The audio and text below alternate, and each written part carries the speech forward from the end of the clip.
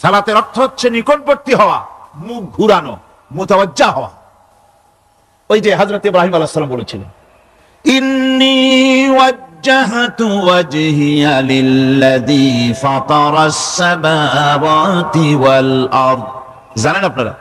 পড়েন, ইন্নী ওয়াজ্জাহতু ওয়াজহিয়া লিল্লাযী ফাতারাস সামাওয়াতি ওয়াল আরদা হানিফা ওয়া মা আনা মিনাল মুশরিকিন। নিশ্চয় আমার মুখ ঘুরায় দিলাম কার দিকে? যিনি আকাশ এবং জমিনের স্রষ্টা, সব কিছুর মালিক যিনি, তার দিকে আমি মুতাওয়াজ্জা হলাম। নামাজের অর্থই হচ্ছে মুতাওয়াজ্জা হওয়া, মুখ ঘুরিয়ে দেওয়া, চেহারা ঘুরিয়ে দেওয়া। আর নামাজের আরেক অর্থ হচ্ছে নিকটবর্তী থেকে আরো নিকটবর্তী হওয়া। আল্লাহ রাব্বুল আলামিন বলেন, নিকটবর্তী হতে হলে ওয়াসজুদ ওয়াকতারিব, সেজদা দাও আর সেজদার মাধ্যমে আমার নিকটবর্তী হয়ে যাও। সেজদা দিলেই আল্লাহর নিকটবর্তী হওয়া যায়। কোন সুবহানাল্লাহ। সাহাবী, আল্লাহর নবীর সাহাবী প্রশ্ন করেছেন, নবীজি, বান্দা কখন আল্লাহর নিকটবর্তী হয়ে যায়? নবীজি বলেছেন, বান্দা যখন সেজদা দেয় তখন আল্লাহর বান্দার মাঝে কোনো হিজাব থাকে না, একদম আল্লাহ পাকের নিকটবর্তী হয়ে যায় বান্দা যখন সেজদায় পড়ে যায়। সুতরাং নামাজ হচ্ছে নিকটবর্তী হওয়া, সালাত এটা হচ্ছে নিকটবর্তী হওয়া। নামাজ ফরজ হওয়ার কারণ হচ্ছে এই যে মানুষ আল্লাহর বান্দা বা গোলাম হিসেবে সৃষ্টি হয়েছে, তাই একমুখী হয়ে এর বন্দিগি করা এটা হচ্ছে তার স্বাভাবিক একটা প্রকৃতি। আল্লাহ রাব্বুল আলামিন এই প্রকৃতির দাবি মিটাবার জন্যই নামাজের ব্যবস্থা করেছেন। মানুষের ফিতরত, মানুষের নেচার, মানুষের ফিতরত হচ্ছে এই যে কারো না কারো কাছে মাথা নত করা, হাত জোড় করা, মাথা নত করা, সার্বভৌমত্বের মালিক কাউকে মনে করা। হাত জোড় করতে হলে, মাথা নত করতে হলে, সার্বভৌমত্বের মালিক হিসেবে কাউকে গ্রহণ করতে হলে আল্লাহর বিকল্প কেউ আছে নাকি? ইসলামের মূল দাওয়াতটা হলো ফিতরাত অনুযায়ী দাওয়াত দেওয়া হয়েছে, মানুষ যেন মাথা নত করে, গোলামি করে। এজন্য আল্লাহ রাব্বুল আলামিন বলেছেন যে আমি মানুষ এবং জিনকে সৃষ্টি করেছি, তার কারণটাই হলো মা খালাকতুল জিন্না ওয়াল ইনসা ইল্লা লিয়াবুদুন। মানুষ আর জিন জাতিকে সৃষ্টি করা হয়েছে ইবাদতের জন্য, গোলামির জন্য। ইবাদত আর গোলামি এটাই করতে হবে, গোলামি করতে হবে, দাসত্ব করতে হবে। আর এই দাসত্ব, আল্লাহর আনুগত্যই গোলামির দাওয়াত দিয়েছেন দুনিয়ার সব নবীরা। কোন নবী বলেন নাই যে আমার গোলামি করো। কেউ বলেছেন? বলেন জোরে, কেউ বলেছেন? আল্লাহ পাক বলেন, ওয়ালাকাদ বা'আসনা ফি কুল্লি উম্মাতির রাসূলা আন ইবুদুল্লাহা ওয়াজতানিবুত তাগুত। প্রত্যেক জাতির জন্য আমি রাসূল প্রেরণ করেছি, তারা মানুষকে দাওয়াত দিয়েছেন এই কথা বলে যে এক আল্লাহর গোলামি করো, তিনি ছাড়া কোনো ইলাহ নাই, আইনদাতা নাই, বিধানদাতা নাই, তার গোলামি, তার সামনে মাথা নত করে দাও। নামাজ হচ্ছে তাওহীদের অবশ্যম্ভাবী এক বহির্প্রকাশ। তাওহীদের জন্য তাওহীদবাদী মানুষ যারা, তাদেরকে নামাজ আদায় করতেই হবে। আকীদা বিশ্বাসের দিক থেকে তাওহীদ যদি হয় পুরা দ্বীনের মূল উৎস, তাহলে আমলের দিক থেকে নামাজ হচ্ছে পুরা দ্বীনের মূল ভিত্তি। নামাজ হচ্ছে আমলের মূল ভিত্তি, এর বাস্তবায়ন ছাড়া দ্বীন পূর্ণ হয় না। নামাজ মুমিনের কেবলমাত্র একটি উত্তম আমলই নয়, বরং নামাজ হচ্ছে ঈমানের মূল ভিত্তি। যার কাছে নামাজ নাই তার কাছে কিছুই নেই।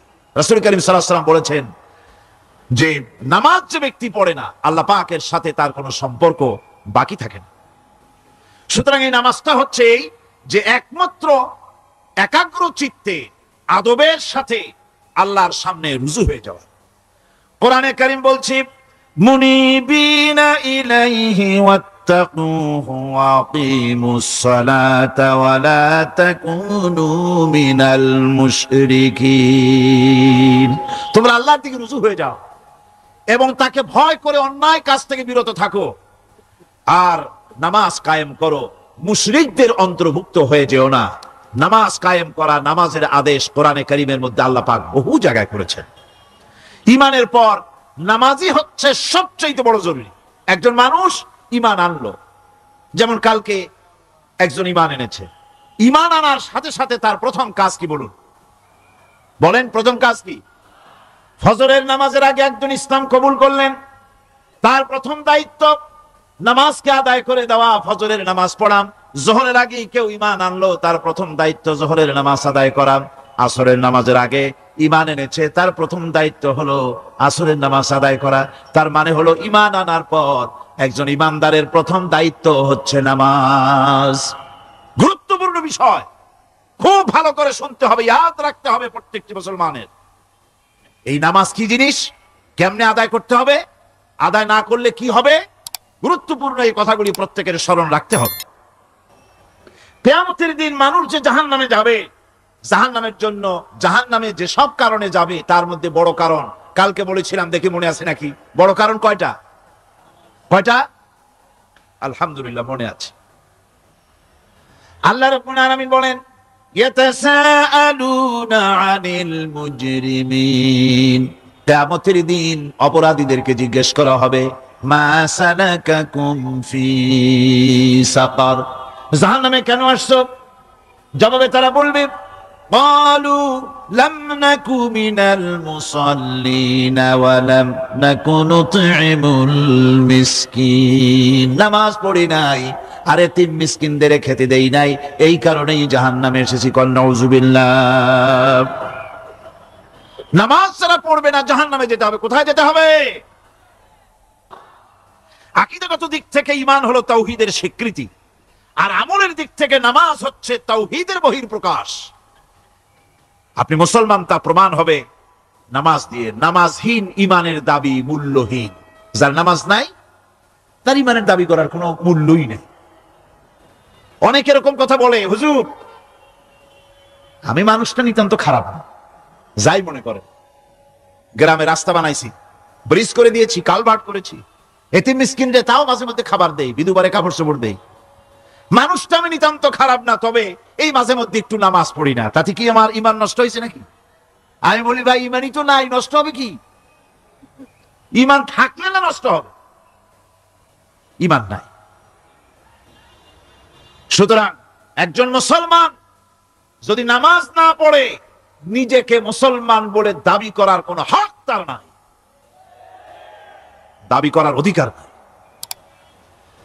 নামাজ হচ্ছে জিন্দেগি নামাজটাই মূলত জিন্দেগি নামাজটা কি জিন্দেগি আল্লাহ রাব্বুল আলামিন শিখাচ্ছেন কুল ইন্না সালাতি ওয়া নুসুকি ওয়া মাহইয়ায়া ওয়া মামাতি লিল্লাহি রাব্বিল আলামিন মুহাব্বতের সাথে সবাই পড়েন কুল ইন্না সালাতি ওয়া নুসুকি ওয়া মাহইয়ায়া ওয়া মামাতি লিল্লাহি রাব্বিল আলামিন বলো আমার নামাজ বলো আমার নামাজ আমার কুরবানি আমার হায়াত আমার মওত সবকিছুই আল্লাহ রাব্বুল আলামিনের জন্য নিবেদিত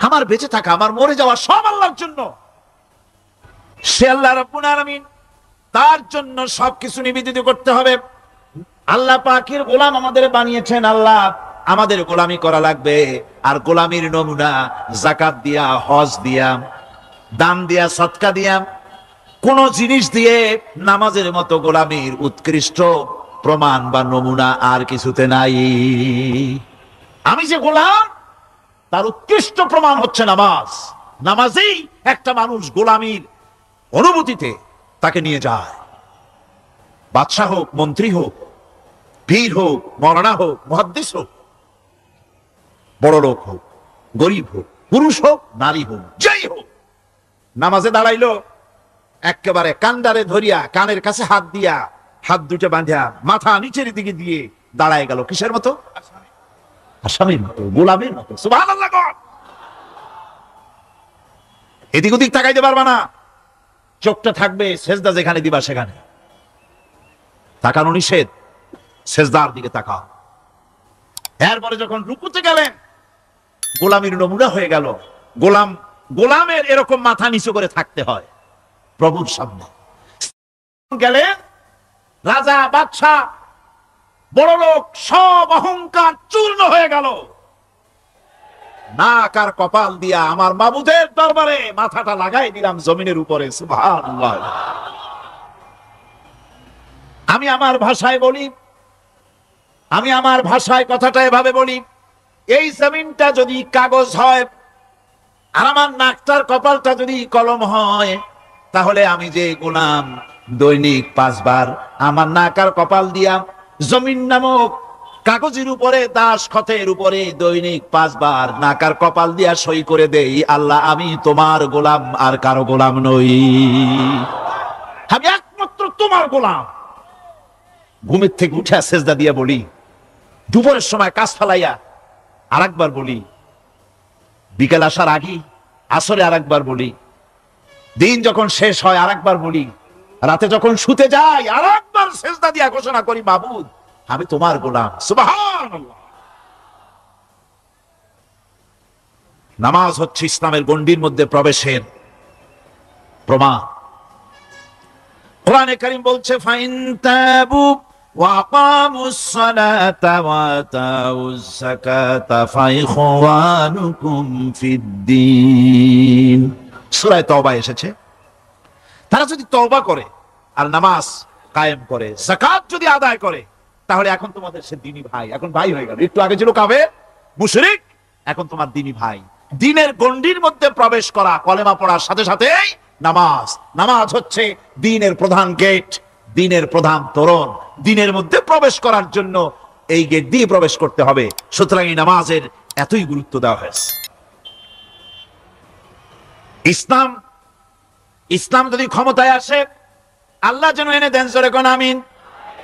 ইসলাম যদি ক্ষমতায় এসে যায়, রব্বুল আলামিন তাফসীরে মাহফিল কোরআন সামনে নিয়া আশা করে তোমার দরবারে দোয়া করি, এই বিশাল জনসমুদ্রের দোয়া কবুল করো মাবুদ গো, এই বাংলাদেশকে ইসলামের দেশ বানাইয়া দাও। দেশটা যদি ইসলামের হয়ে যায়, আইন যদি আল্লাহর হয়, শাসন যদি সৎ লোকেরা করে, রব্বুল আলামিন কোরআন শরীফে বলেন, তাহলে তারা 4টা কাজ করবে। আল্লাযীনা ইম্মাক্কান্নাহুম ফিল আরদ আকামুস সালাতা ওয়া আতাউজ যাকাত ওয়া আমারু বিল মা'রুফি ওয়া নাহাউ আনিল মুনকার। মুমিনরা ক্ষমতায় এসে প্রথম যে কাজটা করবে, প্রথমে ক্ষমতা এসেই নামাজ বাধ্যতামূলক করবে। প্রথম কি? ওয়াজ নসিহতে অনুরোধ করা হবে না, বাবাজিরা আল্লাহর রাস্তায় নামাজটা পড়ে না। রেডিও এবং টেলিভিশনের মাধ্যমে রাষ্ট্রপ্রধান অর্ডার করে দিবেন, যারা আকেল বালিগ সকলের জন্য নামাজ বাধ্যতামূলক, নামাজ পড়তেই হবে। এটা অর্ডার। বেলা যখন 1টা বেজে যাবে, বেলা যখন 1টা বাজবে, সমস্ত মসজিদে আজান শুরু হয়ে যাবে। আজানের সাথে সাথে অফিস, আদালত, কল কারখানা, ক্ষেত খামার, শিক্ষাঙ্গন সব ডেডলক হয়ে যাবে। আধা ঘন্টার জন্য বন্ধ হয়ে যাবে। যারা মুসলমান অফিসে, কলেজে, ইউনিভার্সিটিতে, সর্বত্র তারা নামাজের জন্য প্রস্তুতি নেবেন। আধা ঘন্টার ভিতরে নামাজ আর খানা সেরে আবার কলেজ চলবে, বিশ্ববিদ্যালয় চলবে, কল চলবে, কারখানা চলবে, ক্যান্টনমেন্ট চলবে, সেক্রেটারিয়েট চলবে, সব আপন গতিতে চলতে থাকবে। আল্লাহর রহমত, বরকত আকাশ ছেড়ে নাজিল হয়ে যাবে। আর এই অর্ডার যে দেওয়া হবে, নামাজ পড়বেন সেখানে। থানায় যখন আজান হবে, থানায় আজান হয়ে গেছে, থানার স্টাফ, পুলিশ যারা আছে জামাতে খাড়া হয়ে যাবে, ইমামতি করবেন ওসি সাহেব। এসপির অফিসে এসপি সাহেব ইমামতি করবেন, ডিসি সাহেব তার অফিসে ইমামতি করবেন, মন্ত্রী সেক্রেটারিয়েট ইমামতি করবেন, প্রেসিডেন্ট বঙ্গভবন ইমামতি করবেন, বিশ্ববিদ্যালয়ের ভাইস চ্যান্সেলরের ইমামতিতে সে জায়গার মুসলমান ছাত্র ছাত্রী, শিক্ষক শিক্ষয়িত্রী এক জামাতে নামাজ আদায় করবে। এই যদি হয় চিত্র দেশের, অপরাধ থাকবে? থানায় ওসি সাহেব নিজেই যদি জামাতের ইমামতি করেন, এইভাবে নামাজ আদায় করেন পুলিশদের নিয়ে জামাতে, হুশ আর খাবে তারা? এসপি সাহেবের অফিসে, ডিসি সাহেবের অফিসে মন্ত্রীরা যদি এভাবে নামাজ কায়েম করে, তাহলে কি অন্যায় অপরাধ কিছু থাকবে সমাজে? থাকবে না। সুতরাং নামাজ বাধ্যতামূলক করে দেওয়া হবে। নামাজ বাধ্যতামূলক, সকলকে নামাজ পড়তে হবে। নামাজ হচ্ছে অপকর্মের প্রতিবন্ধক। নামাজ পড়লে অন্যায় কাজ থেকে বাঁচার পর, অন্যায় থেকে বাঁচায় কিসে? নামাজ।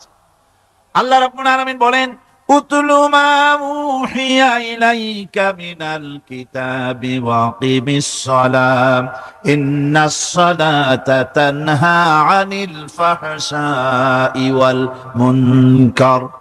হে নবী, এই কিতাব তেলাওয়াত করো, যা তোমার প্রতি অবতীর্ণ করা হয়েছে, এই কিতাব তেলাওয়াত করো আর নামাজকে প্রতিষ্ঠা করো। নিঃসন্দেহে নামাজ মানুষকে পাপাচার থেকে বাঁচায়া দেয়। অশ্লীলতা, পাপাচার থেকে মানুষকে বাঁচায় কে? জোরে চিল্লায় এখন কে? এই নামাজ মানুষকে অন্যায় কাজ থেকে বাঁচায় দেয়। নামাজ যে মানুষকে অন্যায় কাজ থেকে বাঁচায়, কেমনে বাঁচায়? আমরা যে নামাজ পড়ি, এই নামাজে তো আমাদেরকে অন্যায় কাজ থেকে বাঁচাইতে পারে না। নামাজি বহুত মানুষ আছে অন্যায় করে, করে কিনা? কর না, করে না? করে। নামাজি অথচ অন্যায় করে। আর আল্লাহ বলছেন নামাজিকে, নামাজ তাকে অশ্লীলতা থেকে ফিরায়। তাহলে কথা কারটা ঠিক? আল্লাহরটা। জোরে বলেন, কারটা ঠিক? অবশ্যই আমার আল্লাহর কথা হক। আমি ভুল করতেছি, আমি যেন কোথাও ভুল করতেছি, সামথিং ইজ রং, কোথাও যেন আমরা ভুল করে বসতেছি, সেই ভুলটা কি আমরা আবিষ্কার করতে চেষ্টা করবো ইনশাআল্লাহ। প্রথম যে কথাটা সেটা হচ্ছে যে আমরা যা নামাজে পড়ি আমরা তা বুঝি না। কথা ঠিক কিনা? আমি যদি এখন প্রশ্ন করি সামি আল্লাহু লিমান হামিদা অর্থ কি, কম ফার্স্ট ডিভিশনে কয়েকটা লেটার নিয়ে ফেল করবেন, এরকম লোক আছেন না নাই?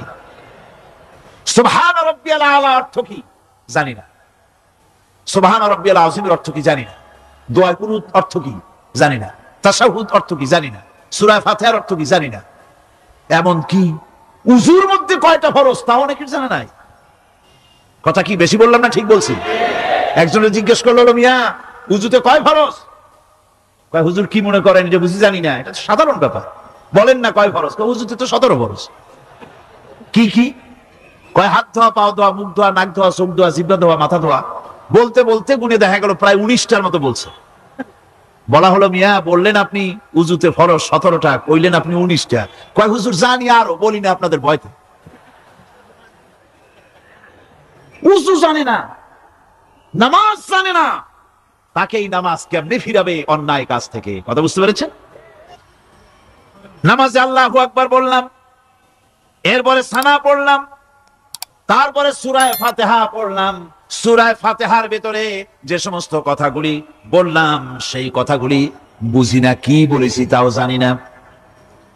এরপরে সুবহান রাব্বিয়াল আলা বলেছি, সুবহান রাব্বিয়াল আযীম বলেছি, সামি আল্লাহু লিমান হামিদা বলেছি, অর্থ কি জানি না।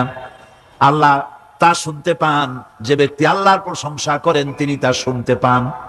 নামাজের মধ্যে আইডিয়া দেওয়া হচ্ছে, তুমি যে আল্লাহর জন্য নামাজ পড়তেছো, প্রশংসা করতেছো, এটা এমন নয় যে আল্লাহ পাক দেখছেন না বা শুনতেছেন না।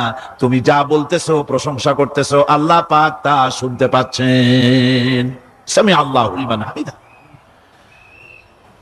সুবহান রাব্বিয়াল আলা, আমি মহান সর্বশ্রেষ্ঠ আল্লাহ রাব্বুল আলামিনের পবিত্রতা ঘোষণা করছি, আমি তার প্রশংসা করছি। সূরা ফাতিহার কি আমরা বলি আপনারা ব্যাখ্যা দেখে বুঝে নিয়েন, সেগুলি আমি এখানে বলে বাকি কথা সব শেষ করতে পারবো না। নামাজে কি পড়েন সেটা যদি জানতেন, অবশ্যই আল্লাহ রাব্বুল আলামিনের কথা কার্যকরী হয়ে যেত। ইন্নাস সালাতা তানহা আনিল ফাহশাই ওয়াল মুনকার। নামাজ মানুষকে পাপের কাজ, অশ্লীলতা থেকে ফিরাতে পারে। আল্লাহ ইন্না বসাইছেন, নিশ্চয়ই, বেশক, অবশ্যই নামাজ পাপ থেকে ফিরাবে। কিন্তু কেমনে ফিরাবে নামাজ তো বুঝি না, নামাজ তো বুঝি না। খালি সেজদা দেয় জনমের মতো। আর সেজদা কি? নামাজে যদি দেখে ইমাম দেরি করতেছে, আত্তাহিয়াত পড়তে দেরি হয়ে যাচ্ছে, পিছন থেকে সিগন্যাল মারে, ঠিক কিনা? বেয়াদব, বেয়াদব। তোমার নামাজ, তোমার আত্মাই তো আগে শেষ হয়েছে, তাতে কি হয়েছে? চুপ করে বসে থাকো। ইমামকে কাশি দিয়া সতর্ক করার অধিকার তোমার নাই। যদি ইমামকে সতর্ক করার জন্য কাশি দিয়ে থাকো, তোমার নামাজ ফাসেদ হয়ে যাবে। এটা ফাজলামি করার জায়গা না, এটা নামাজ। এর নাম কি? ধীরে সুস্থে নামাজ পড়তে হবে। অনেকে মসজিদটার মনে করে জেলখানা, ঢুকতে যত দেরি, বেরোতে পারলে যেন বাসে যান ছটফট করে। সিনেমার মধ্যে গিয়ে ঘন্টার পর ঘন্টা বসে থাকে, খারাপ লাগে না? মসজিদে কেরাত যদি একটু লম্বা পড়ে, পিছনে বসে খালি কি যে করে মনে মনে বলতে থাকে যে ইমাম এমন কাঁচা ছাড়া ছাড়ি না। আর গান যখন শোনে শুনতেই থাকে, কত মজা, ঘুম আসে না। নাউযুবিল্লাহ। সুতরাং নামাজে কি পড়েন সেটা আপনাকে বুঝতে হবে। সঠিকভাবে নামাজ পড়ার পরও যদি কোনো মানুষের সঠিকভাবে, ভালো করে শোনেন, সঠিকভাবে নামাজ পড়ার পরেও যদি কোনো মানুষ পাপের থেকে না ফেরে, তাহলে বুঝতে হবে একথা, পানি আর সাবান দিয়া কাপড় ধুলে কাপড়ের ময়লা যাবে, কিন্তু পানি আর সাবান দিয়া কয়লা জনমের মতো ধুইলেও কয়লার ময়লা যাবে না। কথা বুঝে আসছে? এর থেকে আর উত্তম দৃষ্টান্ত আমার কাছে নাই। নামাজ পড়ার পরেও যদি চরিত্র ভালো না হয়, বুঝতে হবে নামাজ হচ্ছে না, কাঙ্ক্ষিত মানের নামাজ আদায় হচ্ছে না। আল্লাহর নবী বলেছেন, যার নামাজ পাপ কাজ হতে ফিরাতে পারলো না, তার নামাজ নামাজি নয়। আবার শুনুন, রাসূল বলছেন, যার নামাজ তাকে পাপের কাছ থেকে ফিরাতে পারলো না, তার নামাজ নামাজ নয়। ওইটা নামাজ হয় নাই, যার জন্য তার পাপ থেকে তারে ফিরাইতে পারছে না। আর কিয়ামতের দিন বেনামাজিরা সবচাইতে বেশি অপমানিত হবে। সবচাইতে বেশি অপমানিত হবে কারা? বেনামাজিরা। কিভাবে? ইয়াউমা ইউকশাফু আন সাকিন ওয়া ইউদআউনা ইলা সুজুদি ফালা ইয়াস্তাতিউন। সেদিন কঠিন সময়, আল্লাহ রাব্বুল আলামিন লোকদেরকে সিজদা করার জন্য বলবেন, কিন্তু যারা বেনামাজি ছিল দুনিয়ায়, তারা সিজদা দিতে পারবে না।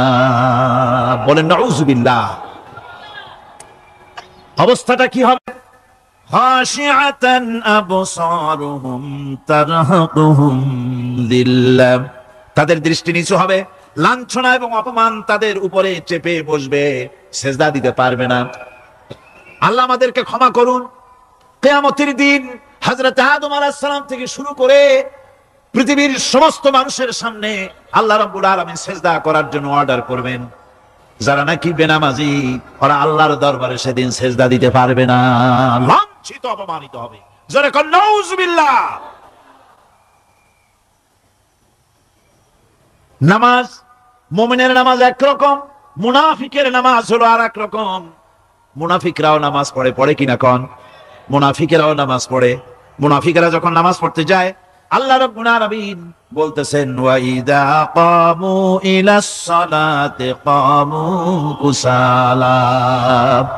মুনাফিকেরা যখন নামাজ পড়তে দাঁড়ায়, নামাজে আসে ঠিক তারা, কিন্তু নামাজের জন্য দাঁড়ায় খুব শৈথিল্য ভারে, শৈথিল্য ভাবে দাঁড়ায়, কাহিলি সুস্তি, এ জায়গা চুলকায়, পায়জামা ধরে টান দেয়, টুপিটা ঘুরে যায়, এদিক ওদিক তাকায়।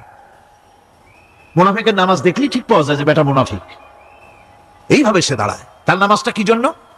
ইউরাউনান নাসা ওয়া লা ইয়াযকুরুনাল্লাহা ইল্লা কালিলা। তাদের নামাজ হচ্ছে মানুষকে দেখাবার নামাজ। নাউযুবিল্লাহ। এখন দেখবেন এই মৌসুম আসছে, নামাজের মৌসুম, বেনামাজিদের নামাজের মৌসুম। জনসভা হচ্ছে, নির্বাচন আসতেছে, নামাজে রক্ত হয়ে গেছে, তাড়াতাড়ি আজান হয়ে গেল, টুপি না থাকলে রুমাল একটা মাথায় দিল, উজু আছে কি না আছে, আল্লাহু আকবার, যা আছে কপালে হয়ে যাক। মানুষকে দেখাবার জন্য এরা নামাজ পড়ে। এরা আল্লাহর শরণার্থে নামাজ খুব কম লোকই পড়ে। এরা হচ্ছে মুনাফিক। দুনিয়া এবং আখিরাতে কল্যাণের জন্য একমাত্র মাধ্যম হচ্ছে নামাজ। দুনিয়া যদি কল্যাণ চাই, আখিরাতেও যদি কল্যাণ চাই, তাহলে এর জন্য কি করতে হবে? কি করতে হবে? আমার কথা নয়, আল্লাহ রাব্বুল আলামিনের কথা শুনুন। রব্বুল আলামিন বলেন, ক্বাদ আফলাহাল মুমিনুন আল্লাযীনা হুম ফি সালাতিহিম খাশিউন ওয়াল্লাযীনা হুম লিয-যাকাতি ফাঈলুন ওয়াল্লাযীনা হুম লিফুরুজিহিম হাফিজুন। নিশ্চিতভাবে সেই সব মুমিন কল্যাণ লাভ করবে, নিশ্চিতভাবে। তারা হচ্ছে ওই সব লোক যারা নিজেদের নামাজ ভীতি মিশ্রিত বিনয় ভাবে, ভীতি মিশ্রিত অবস্থায় বিনয়ের সাথে যারা নামাজ আদায় করে, যারা বেহুদা কাজ থেকে বিরত থাকে, যারা যাকাতের পন্থায় কর্মতৎপর হয়, আর যারা নিজের লজ্জাস্থানকে হেফাজত করে। এরপরে আল্লাহ পাক বলেন, ওয়াল্লাযীনা হুম লিআমানাতিহিম ওয়া আহদিহিম রাউন ওয়াল্লাযীনা আলা সালাওয়াতিহিম ইউহাফিজুন ওয়াল্লাযীনা আলা সালাতিহিম হাফিজুন। আর যারা তাদের আমানতকে পূর্ণ করে, আমানত এবং তাদের ওয়াদা চুক্তি পূর্ণ করে, এবং যারা নিজেদের নামাজ সমূহকে পূর্ণভাবে হক আদায় করে নামাজ পড়ে, নামাজের যারা হেফাজত করে, এরা কারা? এরা হচ্ছে উলাইকা হুমুল ওয়ারিসুন আল্লাযীনা ইয়ারিসুনাল ফিরদাউসা হুম ফিহা খালিদুন। এরা হচ্ছে সেই সব লোক, এরা উত্তরাধিকার হচ্ছে জান্নাতের উত্তরাধিকার, জান্নাতুল ফিরদাউসে আল্লাহ রাব্বুল আলামিন এই গুণ বিশিষ্ট লোকদের জন্য জায়গা করে দিবেন। জোরে কোন সুবহানাল্লাহ। নামাজকে পড়তে বলা হয়নি, কোরআন শরীফে বলা হয়েছে নামাজ কায়েম করো। কি বলা হয়েছে কন্ত দেখি? নামাজ কায়েম করো, নামাজ পড়ো। এই কথা কিন্তু কোরআন শরীফে কোনো জায়গায় আছে নাকি? এখন কায়েম করা কারে বলে? একটা গুরুত্বপূর্ণ আরেকটি বিষয়, নামাজ কায়েম করতে বলা হয়েছে। কায়েম কি? কায়েমটা হচ্ছে দৃষ্টান্ত স্বরূপ বলা যায় যে জিনিসটা সমাজে প্রতিষ্ঠিত আছে ওইটারে বলে কায়েম হওয়া, আর যেটা প্রতিষ্ঠিত নাই ওটা কায়েম নাই। কায়েম মানে হলো প্রতিষ্ঠিত থাকা। যেমন আমাদের দেশে, আমাদের সমাজে নারী পুরুষ শিশু বৃদ্ধ সকলেই কাপড় পরা, শাড়ি পরা, লুঙ্গি পরা, এই কাপড় পরাটা কায়েম আছে, প্রতিষ্ঠিত আছে না নাই? যার কারণে কাপড় পরা সমাজে কায়েম আছে বলে উলঙ্গ মানুষ সমাজে খুঁজে পাওয়া যায় না, পাগল ছাড়া। ঠিক কিনা? একটা বাচ্চাকেও যদি উলঙ্গ হতে বলেন এখানে, 5 বছর 6 বছরের একটা বাচ্চাকেও, সে কিন্তু রাজি হবে না। ঠিক কিনা? যেহেতু কাপড় পরা সমাজে প্রতিষ্ঠিত আছে সেহেতু উলঙ্গ মানুষ পাওয়া যায় না, কাপড় পরাটাই এখানে প্রতিষ্ঠিত। সুতরাং এখন অবস্থাটা এই হয়েছে, কাপড় পরা প্রতিষ্ঠিত আছে বলে কোন উলঙ্গ মানুষ এসে যদি এই মঞ্চে দাঁড়ায় আর বলে আমাকে একটু বক্তৃতা করতে দেন, আপনারা কি করবেন? মঞ্চে তো উঠতেই দিবেন না। উলঙ্গ মানুষ যদি কোনো চাকরি নিতে যায় ইন্টারভিউতে, তাকে লাইনে দাঁড়াইতে দেবে? দেবে না। এমনকি উলঙ্গ হয়ে যদি বাড়িতে প্রবেশ করে তার বউ দূর দূর করে তাড়াই দেবে। ঠিক কিনা? যেহেতু সমাজের ভিতরে কাপড় প্রতিষ্ঠিত আছে সেই জন্য এই উলঙ্গ মানুষ পাওয়া যায় না। অনুরূপ ভাবে নামাজ যদি প্রতিষ্ঠিত হতো সমাজের ভিতরে, তাহলে বেনামাজি খুঁজে পাওয়া যেত না। চাকরি করতে গেলে সেখানে নামাজ মানদণ্ড হয়ে যেত, নামাজ পড়ে কিনা তা দেখে নেওয়া হতো। বেনামাজি লোক পাওয়াই যেত না যদি প্রতিষ্ঠিত থাকতো। প্রথম প্রশ্নই হতো তুমি নামাজ পড়ো কিনা। ইলেকশনে যদি একজন উলঙ্গ মানুষ এসে দাঁড়ায়, ভাইরা এবার আমার বোতল মার্কা বাক্স, উলঙ্গ মানুষ এসে ভোটে দাঁড়াইছে, আপনারা ভোট দিবেন? দিবেন। ওইটা কাপড় প্রতিষ্ঠিত আছে বলে, লুঙ্গি প্রতিষ্ঠিত সমাজে আছে বলে উলঙ্গ মানুষকে আপনি ভোট দিবেন না। নামাজ যদি প্রতিষ্ঠিত থাকতো সমাজে, বেনামাজি মানুষ যদি এসে মঞ্চে দাঁড়ায়া যতই বলতো আমি ক্ষমতায় গেলে এই করব সেই করব, নামাজ প্রতিষ্ঠিত থাকলে পরে বেনামাজিরে কেউ ভোট দিত না। নামাজ যদি প্রতিষ্ঠিত থাকতো তাহলে অফিসের অফিসার তো দূরের কথা, বেনামাজি অফিসের ঝাড়ুদারের চাকরিও তার কিসমতে জুটতো না যদি নামাজ প্রতিষ্ঠিত থাকতো। এর নাম হলো নামাজ কায়েম হওয়া। নামাজ কায়েম থাকলে এই অবস্থার সৃষ্টি হতো। এই জন্য আল্লাহ পাক বলেছেন নামাজকে কায়েম করতে হবে। নামাজ হবে সব ভালো কাজের মানদণ্ড। সমস্ত ভালো কাজের মানদণ্ড কি? নামাজ। নামাজ আমাদেরকে বড় রকমের শিক্ষা দেয়। কি শিক্ষা দেয়? নামাজ আমাদের শিখায় ঐক্য আর ভ্রাতৃত্ব, ভ্রাতৃত্বের আর ঐক্যের শিক্ষা দেয়। এক নেতার আনুগত্য করা শিখায়। জামাত যত বড় হোক, ইমাম হবে কয়জন? একজন ইমাম হবে। আর এই ইমাম মানে কি? নেতা। ইমাম মানে কি? নেতা নির্বাচন শিখায় নামাজে। নেতা নির্বাচন কে শিখায়? নামাজ শিখায়। বোঝেন খুব ভালো করে। কিভাবে? মনে করুন চট্টগ্রাম শাহী মসজিদে ইমাম প্রয়োজন। এখন সেই ইমাম নেওয়ার জন্য ইন্টারভিউ কল করা হলো, বিজ্ঞাপন দেওয়া হলো পত্রিকায়। অনেক আলেম আসলেন। ইন্টারভিউ বোর্ডে যারা বসলেন তারা ইন্টারভিউটা কিভাবে নেবেন? যার মাথার চুল লম্বা বেশি তার ইমামতি দেওয়া হবে, যার লুঙ্গিটা পায়ের গিরার তলে তারে দেওয়া হবে, যার মোষটা মুখের মধ্যে গিয়া ঢুকছে, হাসি দিলে বুঝাই যায় না হাসে না কান্দে, তারে দিবে। দাড়িগুলা কামাইছে তারে দেবে। সিগারেট খায় বা অবশ্য চট্টগ্রাম আর সিলেটে সিগারেটের ফতোয়া ভিন্ন রকম। বরিশালে আমি যেখানে জন্মগ্রহণ করেছি, আমার এলাকায় কোনো আলেম যদি সিগারেট খায়, মসজিদের ইমাম তো ভালো, মসজিদ ঝাড়ু দিতেও ঢুকতে দেবে না মসজিদে। এটা এই এলাকার এক রকমের কায়দা। আমি এটার ব্যাপারে কথা নাই বা বললাম। তো আপনারা খুঁজে দেখবেন সে সিনেমা দেখে নাকি, মিথ্যা কথা বলে নাকি, বউ পর্দায় থাকে নাকি। এগুলি মাইক্রোস্কোপ যন্ত্র দিয়ে ইমামের মাথা থেকে পা পর্যন্ত দেখবেন কিনা কন? আচ্ছা এবার কত দেখি এই ইমাম সাহেব ইমামতি করবে কতজন লোকের? 500, 1000। শাহী মসজিদে ধরেন 5000 লোক হইল। 5000 লোক, 5000 লোকের ইমাম নির্বাচনের সময় পা থেকে শুরু করে মাথা পর্যন্ত দেখেন, এমনকি বউ পর্যন্ত। বউমনি আনিয়ে দেখেন না, পর্দায় থাকি কিনা এইটা আপনারা দেখেন, ঠিক কিনা? এ খবরটা নেন। 5000 লোকের একটা ইমাম বানাতে গিয়ে মাইক্রোস্কোপ যন্ত্র দিয়ে দেখেন মোষ কেমন, দাড়ি কেমন, চুল কেমন, পাও কেমন, হাত কেমন, হাতে নখ লম্বা কিনা, দাঁতে ছাতা কিনা, বউ পর্দায় থাকে কিনা, মিথ্যা কথা কয় কিনা, এত দেখেন। আর যখন নির্বাচন আসে তখন 2.5 থেকে 3 লক্ষ মানুষের জন্য একজন এমপি নির্বাচিত হয়। সেই ইমামকে বাছাই করার জন্য নামাজ পড়ে কিনা, জিনাকার কিনা, মদখোর কিনা, সুদখোর কিনা, ঘুষখোর কিনা, বদমাশ কিনা বাছাই করা হয় না।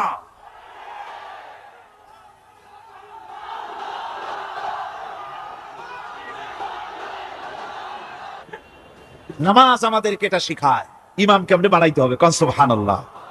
নামাজ ঐক্য শিখায়, নামাজ ভ্রাতৃত্ব শিখায়, নামাজ পারস্পরিক মহব্বত শিখায়, নামাজ নেতা কেমন হওয়া উচিত, নেতা নির্বাচন শিখায়। আবার নেতা ভুল করলে তার ভুল বলা যাবে না, এরকম হতে পারবে না। নামাজের ভিতরে ইমাম যদি ভুল করলে আপনি লোকমা দিবেন, সুবহানাল্লাহ, আল্লাহু আকবার বলবেন। যদি তিনি সংশোধন না হলেন আবার দেন, তাতেও সংশোধন হলো না আবার দেন। 3 বার লোকমা দেওয়ার পর যদি ভুল সংশোধন না করে নামাজ ছেড়ে দেন, ইমামকে বের করে দেন, নতুন ইমাম নিয়োগ করেন। যারা ক্ষমতায় যাবে, আপনি রাষ্ট্রের ইমাম যারা বানাবেন, সেই রাষ্ট্রীয় ইমাম যদি জনগণের ইচ্ছার বিরুদ্ধে যদি চলে, 1 বার লোকমান দেন, 2 বার লোকমান দেন, 3 বার দেন, তারপরও যদি না নামে, ঘাট ধরে নামেন। নামাজ আপনাকে নেতা নির্বাচন, নেতাকে প্রতিষ্ঠিত রাখা, নেতার আনুগত্য আপনাকে শেখায়। নামাজ লাইন সোজা করে দাঁড়াতে হবে। লাইন যদি বাঁকা করেন আপনার কলজেটা ওরকম বাঁকা হয়ে যাবে। কোন নাউযুবিল্লাহ। নামাজের কাতারে যার কারণে নামাজের কাতার বাঁকা হবে, পুরা কাতারের জন্য আল্লাহর কাছে ওই লোকটা দায়ী হয়ে যাবে। নামাজ শৃঙ্খলা শিখায়। সুবহানাল্লাহ কইতে ইচ্ছা করে না? নামাজ শৃঙ্খলা শিখায়, শৃঙ্খলা বোধ শিখায়, সোজা হয়ে দাঁড়ায়। তারপরে ঐক্য এবং মহব্বত শিখায়। নামাজের ভিতরে যখন দাঁড়ায় গেলেন, আমির দাঁড়ালো, ফকির দাঁড়ালো, মন্ত্রী দাঁড়ালো, তার ড্রাইভারও দাঁড়ায় গেল, একই কাতারে দাঁড়ায় গেছে। নামাজ পড়তে গিয়ে ড্রাইভারের পাও গিয়ে লেগেছে মন্ত্রীর গায়ে। নামাজ শেষ হওয়ার পর মন্ত্রীর বাবার ক্ষমতা নাই এ কথা বলার যে বেটা ড্রাইভার সলিমুদ্দি, তোর পাও লেগেছে আমার পায়ে, তোর চাকরি সুদ্ধা দোজখে পাঠায় দেব। পারবে বলতে? পারবে না। মিয়া মন্ত্রী সাহেব, এটা তোমার সেক্রেটারিয়েট না, এটা আল্লাহর ঘর। এটা কার ঘর? এক হি সব মে খড়ে হো গয়ে মাহমুদ ও আয়াজ, এক হি সব মে খড়ে হো গয়ে महमूद आयाज न कोई बंदा रहा न कोई बंदा नवाज। একই কাতারে দাঁড়িয়ে গেছে সম্রাট মাহমুদ আর চাকর আয়াজ। এখন সম্রাট মাহমুদও নাই, চাকর আয়াজও নাই, সম্রাট আর চাকর দুজনই আল্লাহ পাকের গোলাম হয়ে গিয়েছে। তুমি মসজিদে এসেছো, তুমি আল্লাহর গোলাম। কার গোলাম? আল্লাহ পাকের গোলাম। এই জিনিস শিখায় নামাজ। নামাজ শিখায় মানুষকে পাঞ্চুয়ালিটি, নিয়মানুবর্তিতা, সময়ের জ্ঞান শিখায় নামাজ। নামাজ মানুষকে কি শিখায়? আল্লাহ রাব্বুল আলামিন বলছেন, ইন্নাস সালাতা কানাত আলাল মুমিনিনা কিতাবাম মাওকুতা। নিঃসন্দেহে নামাজ মুমিনদের নিয়মানুবর্তিতার সাথে ফরজ করা হয়েছে, তাদের উপরে নিয়মানুবর্তিতার উপরেই, সময়ের উপরে নামাজকে ফরজ করা হয়েছে।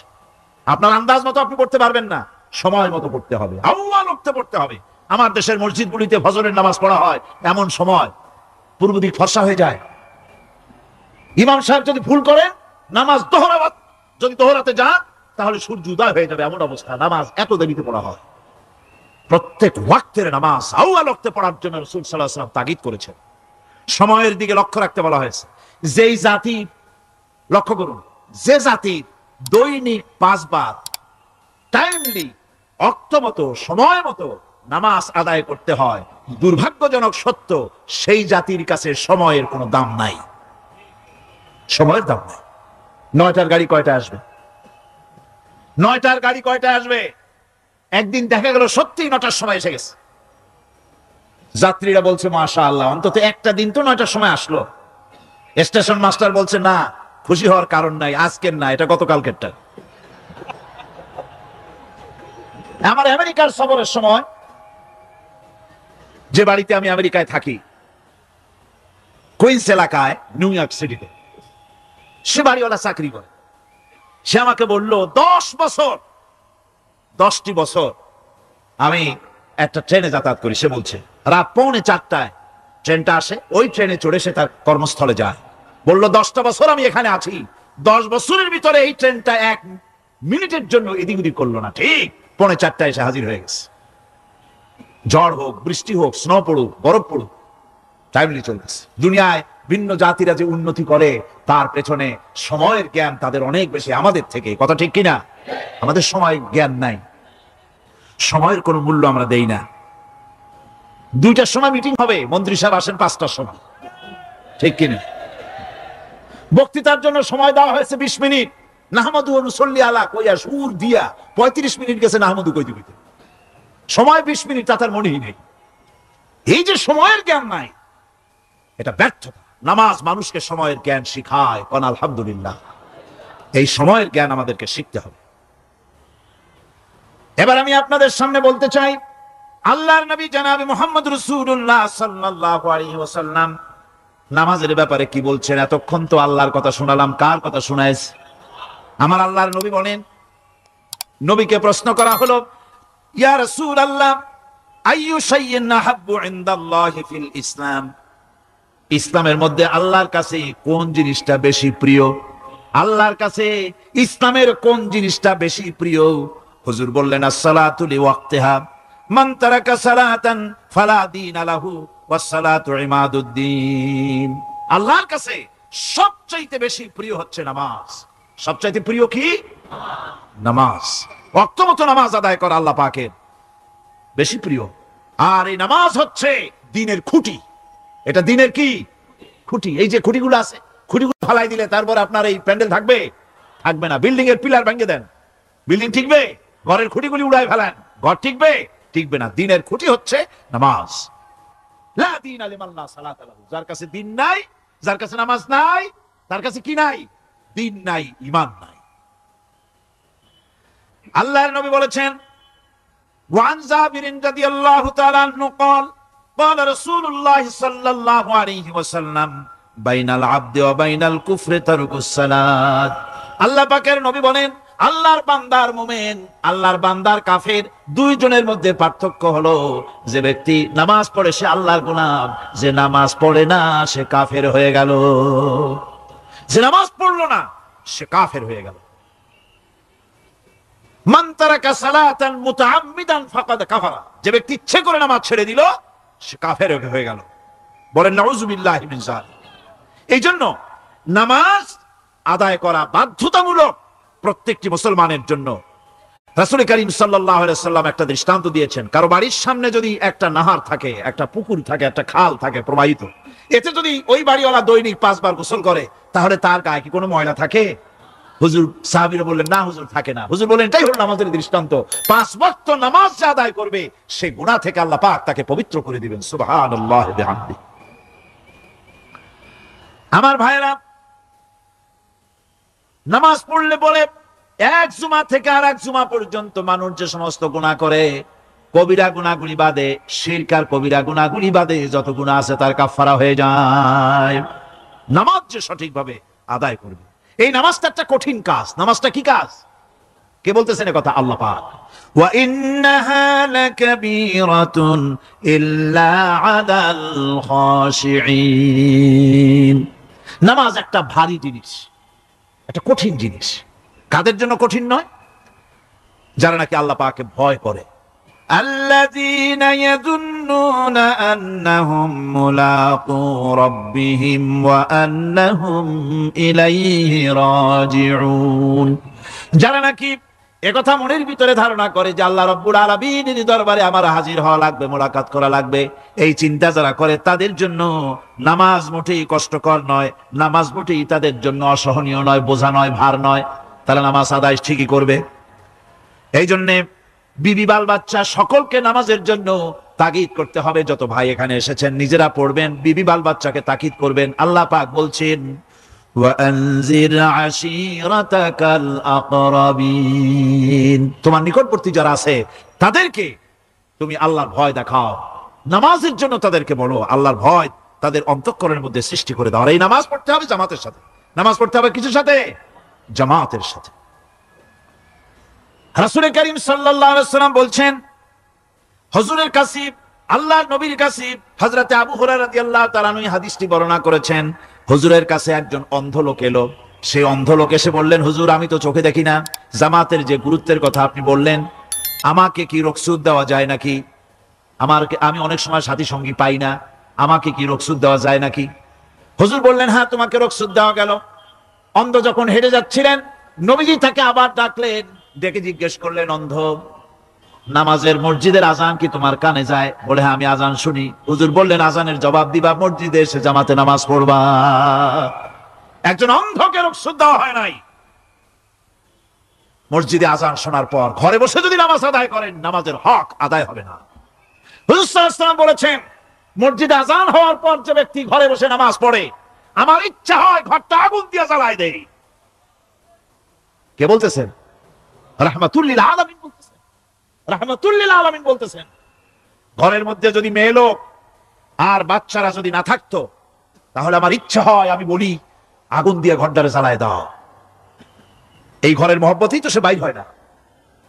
নামাজের এত বড় গুরুত্ব দেওয়া হয়েছে। আমার বন্ধুগণ, এই নামাজের জামাতি, আল্লাহর নবী জীবনের শেষ নামাজ জামাতে আদায় করেছেন। জীবনের শেষ নামাজটাও জামাতে আদায় করলেন। তখন তার এমন অবস্থা, এত অসুস্থ, দাঁড়াতে পারেন না, হাঁটতে পারেন না।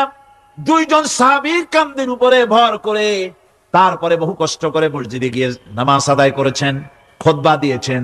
বললেন, খুতবা দিতে গিয়ে বললেন, আজ থেকে মসজিদে নববীর চতুর্দিকের সকলের দরজা বন্ধ হয়ে যাবে, শুধু আবু বকরের দরজাটা খোলা থাকবে। আল্লাহর নবী বললেন, আল্লাহ রাব্বুল আলামিন এই পৃথিবীতে তার এক বান্দাকে জাগতিক সব সম্পদ দিতে চেয়েছিলেন, কিন্তু সে বান্দা সব জাগতিক সম্পদকে উপেক্ষা করে মাবুদের সঙ্গে দেখা করা বেশি জরুরি, বেশি পছন্দ মনে করেছেন। এতটুকুন কথা নবীজি বললেন, কেউ কিছু বুঝতো না। হযরতে আবু বকর রাদিয়াল্লাহু তাআলা আনহু হুজুরের এই কথা শুনে কাঁদতে কাঁদতে তিনি অস্থির হয়ে যাচ্ছেন। সাহাবীরা চিন্তা করলেন, হুজুর কান্না কার কথা বলেছেন, তাতে কান্নার কি আছে? বয়োবৃদ্ধ, জ্ঞান বৃদ্ধ হযরতে আবু বকর রাদিয়াল্লাহু তাআলা আনহু বুঝতে পেরেছেন, এই পৃথিবীর সব সম্পদ তো আল্লাহ হুজুরকেই দিতে চেয়েছিলেন। তিনি সমস্ত সম্পদকে উপেক্ষা করে তার মাবুদের সঙ্গে দেখা করার জন্য প্রস্তুতি নিয়েছেন। তার মানে হলো আল্লাহ নবীর বিদায় হয়ে যাবেন, আমরা নবী থেকে এতিম হয়ে যাব। নবীজি ঘরের মধ্যে প্রবেশ করলেন, প্রচন্ড জ্বর এলো। এই প্রচন্ড জ্বর নিয়ে তিনি শুয়ে আছেন, কখনো বেহুশ কখনো হুশ। এর মধ্যে সারাজান হয়ে গেল। সাহাবীরা বহুক্ষণ অপেক্ষা করে হযরত আবু বকরের ইমামতিতে নামাজ শুরু করলেন। হুজুরের হুশ এলো, প্রশ্ন করলেন আয়েশা রে, এখন কোন সময়? হযরত আয়েশা বলেন, ইয়া রাসূলুল্লাহি, মসজিদে নববীতে নামাজ শুরু হয়ে গেছে। সাহাবীরা অনেকক্ষণ অপেক্ষা করে আমার বাবার ইমামতিতে নামাজ পড়তেছে সবাই, কিন্তু সাহাবীরা কেঁদে কেঁদে নামাজের মধ্যেই কাঁদতে কাঁদতে অস্থির হয়ে যাচ্ছে। তাদের মনের ধারণা হয়েছে নবীজির পেছনে নামাজ পড়ার কিসমত থেকেই তারা মাহরুম হয়ে গেল। নবীজি বলেন, আয়েশা দরজা খুলে দাও আর আমার মাথাটা একটু উঁচু করে ধরো, আমি একটু নামাজের দৃশ্যটা দেখি। দরজা খুলে দেওয়া হলো, নবীজির মাথা উঁচু করে ধরা হলো। নামাজের জামাতের দৃশ্য দেখে নবীজি আবার শুয়ে পড়লেন। হযরত মা আয়েশা লক্ষ্য করে দেখেন নবীজির দুই চোখের কোণা দিয়া পানি পড়তেছে। মা আয়েশা জিজ্ঞেস করেন, ইয়া রাসূলুল্লাহ, নামাজের দৃশ্য দেখে চোখে কেন পানি এলো? হুজুর বলেন, আয়েশা রে, এটা কোনো দুঃখের পানি নয়, এটা তৃপ্তির পানি। এই যে জামাত নামাজ পড়তেছে লোকেরা, এই জামাত কায়েমের জন্য তায়েফের ময়দানে অনেক রক্ত আমার ঝরেছে। উহুদের ময়দানে দান্দান মুবারক শহীদ হয়েছে, সাহাবায়ে কেরাম জীবন দিয়েছে। এই যে জামাত আমি দেখতে পেলাম, ভবিষ্যতের একটা ছবি যেন চোখে ধরা পড়লো। আমার মনে হলো কিয়ামত পর্যন্ত এই পৃথিবীতে আমার যত উম্মত আসবে তারা এইভাবে করে জামাতে নামাজ আদায় করবে। নবীজি মাথার কাছে মালাকুল মউত যখন এসে গেছেন, আমার ভাইরা, এই পৃথিবীতে যত নবীরা এসেছিলেন মৃত্যুর সময় সমস্ত নবীরা শেষ কথা যেটা বলেছেন, হাদিস, সমস্ত নবীরা উম্মতের জন্য মৃত্যুর মুহূর্তে শেষ কথা যেটা বলেছেন সেটা হলো আসসালাত, আসসালাত, নামাজ, নামাজ। আমার নবী যখন বিদায় হয়ে যান, বিদায় মুহূর্তে মেয়ের কথা বললেন না, কলিজার টুকরা নাতির কথা বললেন না, জামাইয়ের কথা বললেন না, স্ত্রীর কথা বললেন না। মৃত্যুর সময় শেষ কথা বললেন আসসালাত, আসসালাত ওয়া মা মালাকাত আইমানুকুম, নামাজ, নামাজ, আমার উম্মতেরা নামাজ, আমার উম্মতেরা নামাজ ছেড়ে দিও না, নামাজ। যেই নবী উম্মতের জন্য এত কাঁদলেন, নামাজের জন্য এত কথা বলে গেলেন, আল্লাহ রাব্বুল আলামিন নামাজের জন্য এত নির্দেশ করলেন, নবীজি ইন্তেকালের সময় নামাজের কথা বলে দিলেন, সেই মুসলমান আজ নামাজ আদায় করে না। নামাজ পড়ে তো নামাজ শুদ্ধ হয় না। হযরতে হুযায়ফা রাদিয়াল্লাহু তাআলা আনহু, তিনি একবার ইয়েমেন সফর করেছিলেন, এক মসজিদে নামাজ পড়লেন। একজনকে তিনি নামাজ পড়তে দেখলেন, নামাজ পড়তে দেখে তিনি অপেক্ষা করলেন। লোকটার নামাজ হয়ে যাওয়ার পর তিনি প্রশ্ন করলেন, আল্লাহর বান্দা, তুমি কতদিন এরকমের নামাজ পড়তেছো? তিনি বললেন, প্রায় 40 বছর তো হবে আমি এরকম নামাজ পড়তেছি। হযরতে হুযায়ফা বলেন, তুমি কি আমারে চেনো? কয়, না, চিনি না। হযরত হুযায়ফা বললেন, আল্লাহর বান্দা শোনো, আমি হচ্ছি আল্লাহর নবী মুহাম্মদুর রাসূলুল্লাহ সাল্লাল্লাহু আলাইহি সাল্লামের সাহাবী হুযায়ফা। ও আল্লাহর বান্দা, তুমি যেভাবে নামাজ পড়েছো এইরকম যদি 40 বছর নামাজ পড়ে থাকো, আল্লাহর কসম করে বলি, নবীজি যে নামাজ শিখাইছেন তোমার সে নামাজ হয় নাই। রাসূলুল্লাহ নামাজ হয় নাই, নামাজ পড়লেই হবে না। রাসূলুল্লাহ বলেছেন, সাল্লু কামা রাআইতুমুনি উসাল্লি, নামাজ পড়ো সেইভাবে যেভাবে আমারে পড়তে দেখো। বিশ্বাস করুন ভাইরা, নামাজ যদি না হয়, হরতাল করিয়া, মিছিল করিয়া, বিক্ষোভ করিয়া, যে কোনো আন্দোলন করে ইসলামকে বিজয়ী করা যাবে না যতক্ষণ পর্যন্ত নামাজ সহি না হবে। নামাজ হচ্ছে ফাউন্ডেশন, নামাজ নাই কিচ্ছু নাই। ঠুকঠাক করে দুইটা সেজদা দিয়ে উঠে যাবেন, আপনার ইসলামী আন্দোলনের 4 পয়সার দাম নাই। নামাজ আগে, জিহাদের ময়দানেও নামাজ, যেখানে আছেন ওখানেই নামাজ পড়তে হবে, আর তা পড়তে হবে আদবের সাথে, মহব্বতের সাথে। আপনারা বিরক্ত হচ্ছেন না তো? নামাজ, নামাজ, এই নামাজ হচ্ছে মুসলমানদের সবচেয়ে বড় জিনিস। নামাজ হয় না, নামাজ যত পড়া হয় অধিকাংশ নামাজ হয় না। নামাজের ভিতরে তাদিল আর কাম, তাদিল করা ওয়াজিব। যতক্ষণ দাঁড়িয়ে থাকবেন, রুকুতে থাকবেন, যতক্ষণ দাঁড়ায় থাকবেন ততক্ষণ অন্তত এক তাসবিহ পরিমাণ তো বটেই। যদি তা না হয় রুকুর থেকে দাঁড়ালেন, সেজদায় চলে গেলেন, ওয়াজিব তরক হলো। সো সেজদা দিলেন না, নামাজ ফাসিদ হয়ে গেল, নষ্ট হয়ে গেল নামাজ। এটা পাগলামি না। নামাজ সহিভাবে আদায় করতে হবে। নামাজ থেকে দাঁড়াবেন, রুকুর থেকে দাঁড়ায় গেলেন, বলবেন রব্বানা লাকাল হামদ। কোন রব্বানা লাকাল হামদ হামদান কাসীরান তাইয়্যিবান মুবারাকান ফীহি। একজন সাহাবী এই দোয়াটা পড়ছিলেন। নামাজ শেষ করে আল্লাহর নবী প্রশ্ন করলেন, নামাজের ভিতরে অতিরিক্ত এই কথাগুলি কে বলেছো? সাহাবী ভয় পেয়ে গেলেন। ভয় তিনি বললেন, হুজুর আমি বলেছি। হুজুর বললেন, তুমি জানো না আমি নবী, তুমি নবী না। আমি যা দেখি তুমি দেখতে পাও না। তুমি যখন এই দোয়াটা পড়তেছিলে আমি লক্ষ্য করেছিলাম আল্লাহর রহমতের ফেরেশতারা প্রতিযোগিতা করতেছিল তোমার আমল নামায় কে কত বেশি নেকি লিখবে। রুকুতে দাঁড়ায়া এটা পড়বেন। সেজদায় চলে যাবেন, দুই সেজদার মাঝখানে ততক্ষণ বসে থাকবেন যতক্ষণ একটা সেজদার ভিতরে ছিলেন। পড়বেন আল্লাহুম্মা গফিরলি ওয়ারহামনি ওয়াহদিনি ওয়াআফিনি ওয়ারযুকনি। নামাজের মধ্যে দোয়া করতেছেন, আল্লাহ আমারে ক্ষমা করে দাও। সব দোয়া সব হুজুরের।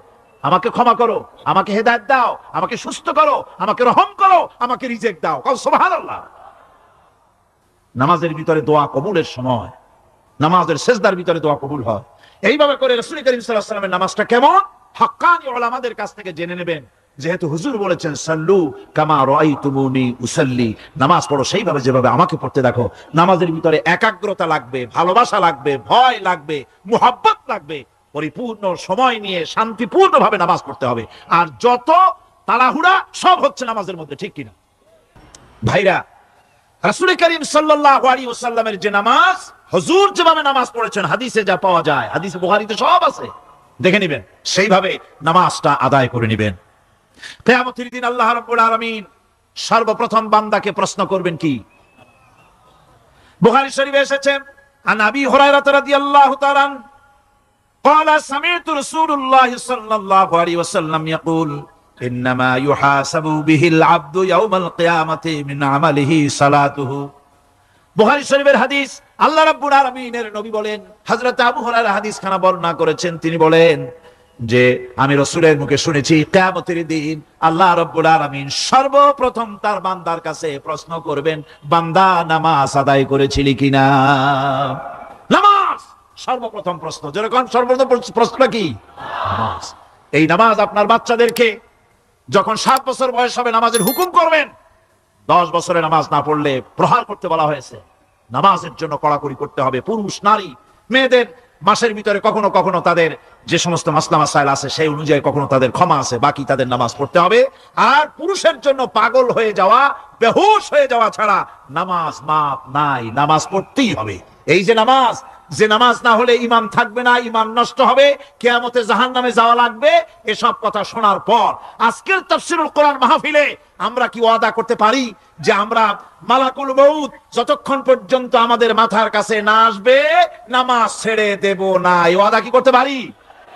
দুই হাত উঁচু করুন, বলেন ইয়া আল্লাহ, আমি তোমার নামে শপথ করছি যতদিন মালাকুল মউত আমার মাথার কাছে না আসতেছে ততদিন পর্যন্ত ফরজ নামাজ, ফরজ রোজা ছেড়ে দেব না।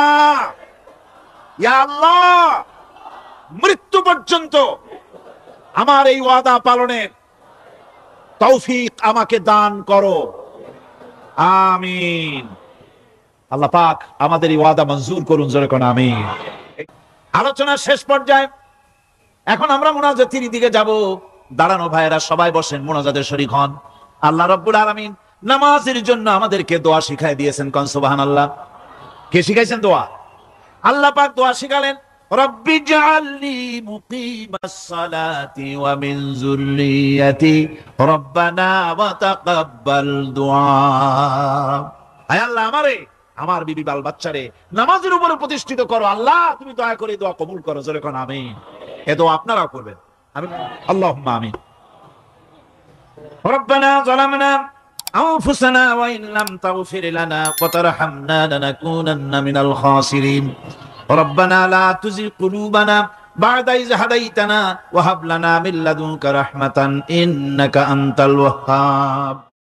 سبحان ربك رب العزة عما يصفون وسلام على المرسلين الحمد لله رب العالمين وجعل آخر كلمة عند الموت لا إله إلا الله محمد رسول الله